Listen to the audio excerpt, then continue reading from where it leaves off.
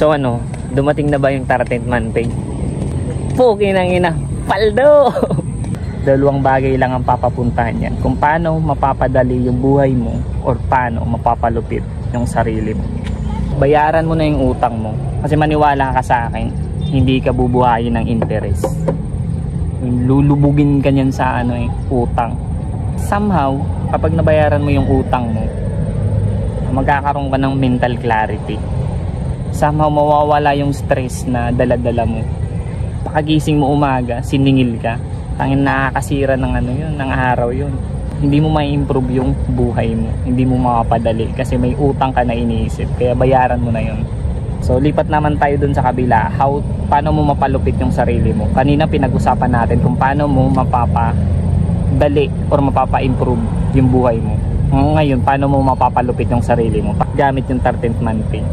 Una, pwede mo siyang gastusin sa pamorma. Looks does matter. Hindi looks doesn't matter. Mali yun. It does matter.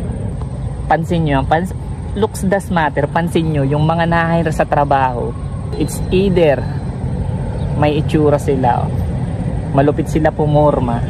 Kahit nga hindi ka matalino, basta maganda lang yung image mo sa sarili mo, gastusin mo siya para maka-acquire ng skill or experience.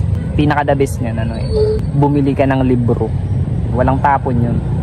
Kasi nandyan na yun tangible na yan nandyan na yan hindi na yun mawawala kasi binili mo na naka-print na siya. Or pwede rin i-spend mo siya sa mga seminar.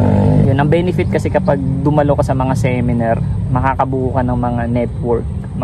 Malay mo, way yung tao na yun para may bumukas na pinto, yun, mga opportunities. Kaya i-consider mo yung sahod mo para maka-acquire ng skill and makagain ng experience.